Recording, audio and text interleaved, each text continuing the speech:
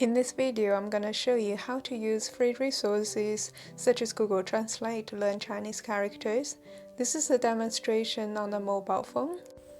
I'm gonna show you how to type characters for 1 to 10, together with other functions such as camera, conversation, handwriting, and speaker.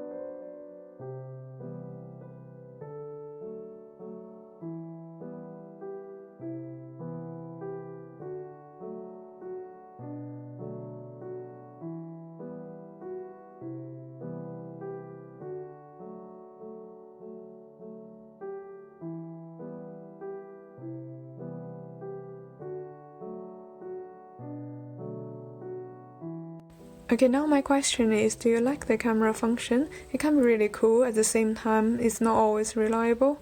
Anyhow, still very good function to have, and you can play with it and get the most out of this. Thank you for watching, see you next time.